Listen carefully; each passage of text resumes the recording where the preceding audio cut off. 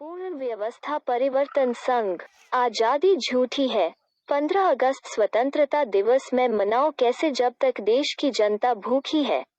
15 अगस्त 1947 को ब्रिटिश गोरों और काले भारतीयों के बीच सत्ता हस्तांतरण का जो समझौता हुआ उसे भारतीय निर्धन वर्ग ने आजादी मान लिया। वो एक बार की यह भूल गया कि सिर्फ निजाम बदला है, सत्ता बदली है। गोरों और कालों की मंशा सिर्फ हम पर शासन करने की है। आप अगर सोचते हैं कि देश आजाद हो चुका है तो आप गलत सोचते हैं। यह कथित आजादी जो देश को मिली है, तो जान ले आप, यह आजादी मात्र उन्हीं के लिए है जिनके पास धन है। अभाव में आज भी बड़ी संख्या में लोग जी रहे हैं और उनके लिए देश आजाद नहीं हुआ है। आज भी देश की एक बड़ी आबादी शिक्षा, चिकित्सा, भोजन, पानी एवं आवास जैसे मूलभूत सुविधाओं से वंचित है। इतना सब कुछ होने के बाद यह कैसे माना जाए कि भारत के लोग आजाद हैं? आपके सामने हम ऐसी 5 निशानियां रख रहे हैं जो सिद्ध कर देंगी कि हिंदुस्तान गुलाम था, गुलाम है और शायद गुलाम रहेगा। 1. गुलाम है संसद। हमारी सबसे पहली निशानी यही है कि हमारी संसद आज तक आजाद नहीं हो पाई है।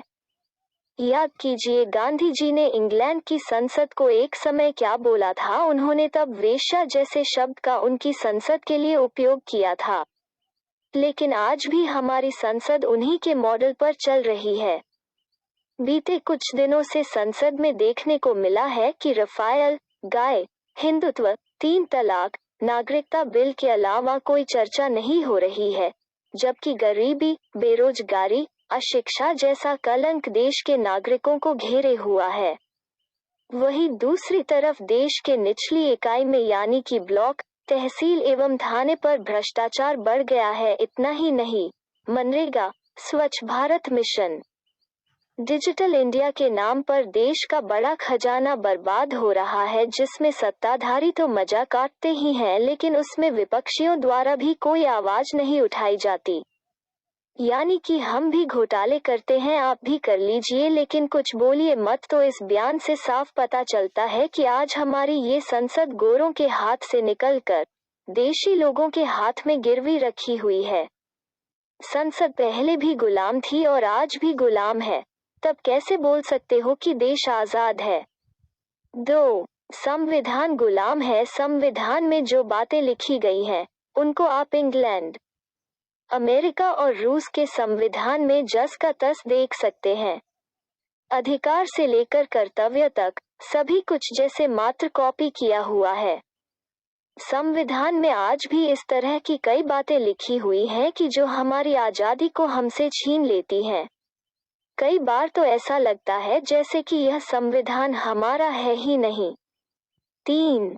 न्यायालय अमीरों के हक में है। गरीब को आज भी न्याय नहीं मिल पा रहा है और अमीर जुर्म करने के बाद भी बाइज्जत बरी हो रहे हैं। हमारी मजबूरी है कि हम किसी एक केस को सामने लाकर इस बात की पुष्टि नहीं कर सकते हैं, लेकिन ऐसे हजारों केस हैं जहां पर गरीब न्याय की उम्मीद में मर जाता है लेकिन उसको न्याय नहीं मिलता है। ऐसे में जब न्यायालय ही अभी कैद में है तो कैसे बोला जा सकता है कि हम आजाद हो गए हैं? 4. शिक्षा नीति आज भी अंग्रेजों की गुलाम है। जो देश आज भी विदेशी लोगों का लिखा हुआ इतिहास पढ़ रहा हो उसे आजाद समझने की गलती तो एक बच्चा भी नहीं करेगा। अंग्रेज सोच समझकर ऐसी शिक्षा देश को देकर गए जो युवाओं को नौकर बनाने वाली थी। जो किताबी ज्ञान हम पढ़ते हैं उनका प्रयोग कहीं नहीं होता है। आंकड़ों की बात करें, जो देश के 55% युवा जो डिग्री लेते हैं उसमें वो अपना करियर नहीं बना पाते हैं।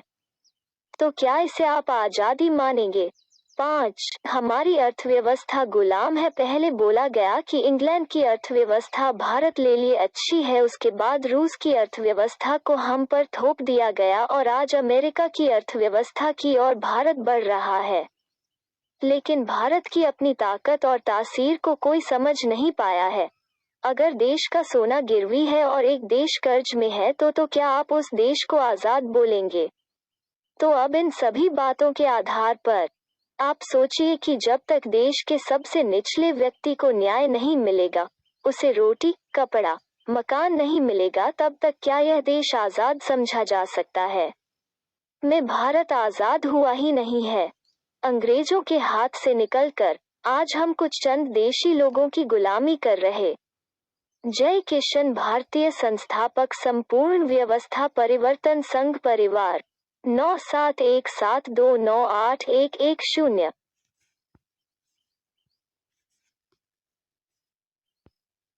संपूर्ण व्यवस्था